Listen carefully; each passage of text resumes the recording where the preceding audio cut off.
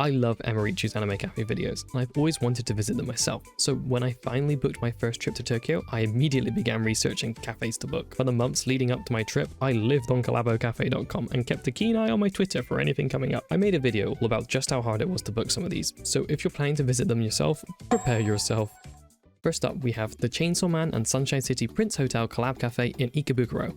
This was hosted in the hotel's collaboration restaurant, Ikebri Canvas. When we arrived, we were greeted by a corridor of standees of the cast in their Sakura-themed attire. The restaurant itself was a blinding white, with chibis and art of the characters all around, a few more standees and a screen playing the trailers on repeat. In the corner were a few shelves of merch like acrylic stands and badges, which I got plenty of after my meal. When I booked this months before, I arrived right when bookings opened just in case it was busy, but it was pretty much empty with only a few other small groups. We began our meal with drinks, each of which came with a coaster. I got this adorable Kirby latte as well as this lavender flavoured rosé drink, while my friends had the Makima and Aki drinks. They were as nice as they looked. We each had a different main course. One friend had Angel Devil's dish, which I forgot to take a picture of. It was apparently nice, but a little bit small.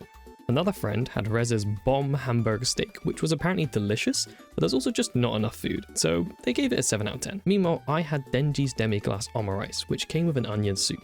It was meant to look like the fireworks scene at the festival that Denji and Reza go to, where things take a bit of a turn, which I think they did a pretty good job of. More importantly, this dish was delicious and pretty filling. I had a few curries while in Japan, and this one stood out as having a very different flavour to the others in a good way. After we'd eaten, we took a bunch of photos with the standees and each got a pile of merch and did a gacha opening session. One of the things I got were a few chibi acrylic standees. Of course, I wanted Kabeni, and luckily I got her. Yay!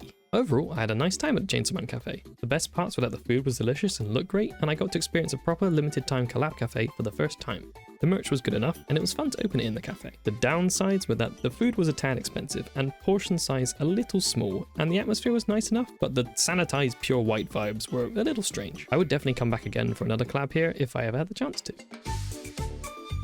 I made a separate video about how difficult some things were to reserve, and the Kirby Cafe at Tokyo Skytree was certainly the hardest thing to book. But was it worth it? When we entered, we were handed an adorably giant spoon and a fork and directed to stand in front of a massive plate beside a huge Kirby plush. After taking a few photos, we were directed to our seats right at the base of Wispy Woods with this tiny Kirby hiding right in front of us.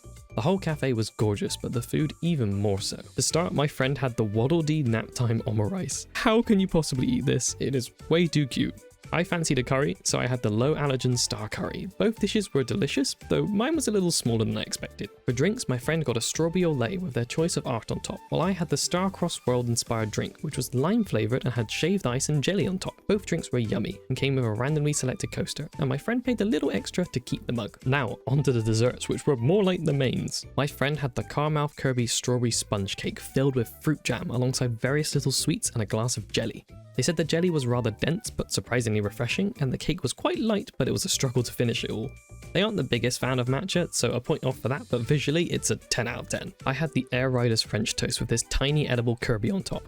I drizzled it with maple syrup and carved straight through the middle of Kirby's tiny body, which I immediately felt awful about, so I rushed to end his suffering. Each of the sweets and all of the cream paired with the French toast was a delight, albeit quite sickly. After the meal, we visited the shop, and well, let's just say my wallet was not happy. So, was the Kirby Cafe worth the difficulty of booking?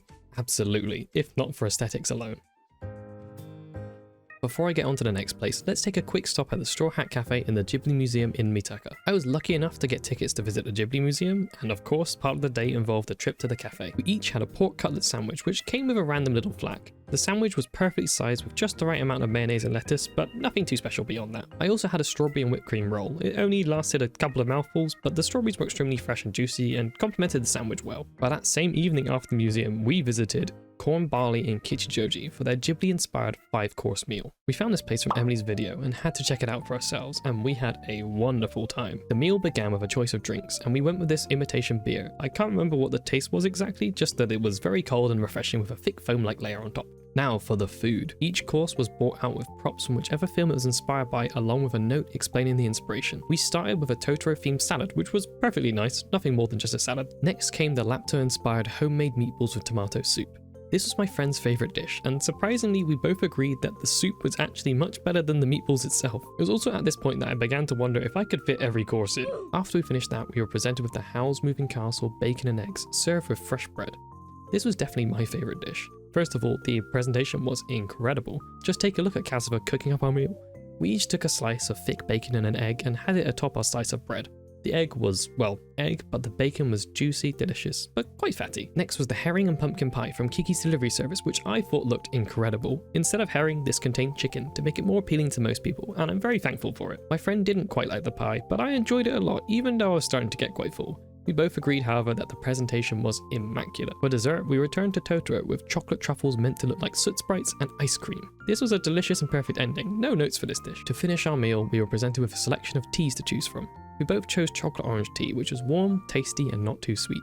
A fantastic end to a fantastic meal. If you're visiting the Ghibli Museum or just happen to be in the area, I highly recommend this experience, especially in a group. Okay, this next one is much less of an anime cafe restaurant thing, but I just really wanted to talk about my visit to Komeda's Coffee, so hear me out. We found ourselves in a Komeda's Coffee on a rainy day, and there are a few Pokemon collaboration items on the menu. Each item ordered came with a random little chump featuring Ditto and another Pokemon. Now, I can't remember for the life of me what coffee we ordered, but I just remember it was very nice. We ordered our mains and decided on mini-sized desserts, just in case. I ordered the pork cutlet sandwich, and my friend got some kind of fish burger. These pictures do not do them justice, they were massive. It tasted incredible, but sadly I just could not finish it. However, I powered through to the highlight of the meal. My friend had a regular Shiro Noir, but I had Dragonite's Shiro Noir custard pudding. Keep in mind I ordered the mini size, this was also massive, especially after that sandwich, but it was so delicious. The pastry, ice cream and custard worked incredibly well together, and I really wish I had more room for this. It came with a keychain, I hoped I would get the Pikachu one, and I did. Komeda's Coffee was delicious, and I would really love to visit it again if I ever got to go back to Japan, but maybe next time I'll scope out the menu beforehand. I hope you enjoyed this little review of the anime-related food establishments I visited in Japan. I also tried a few different anime snacks while in Tokyo, so look forward to a video on that in the near future, and subscribe so you don't miss it. I really appreciate any feedback at all, so please leave a comment down below on anything you enjoyed and how I can improve for the next video. How about checking out this video I made about trying to book things in Japan, including a few of the places I visited in this video. See you around!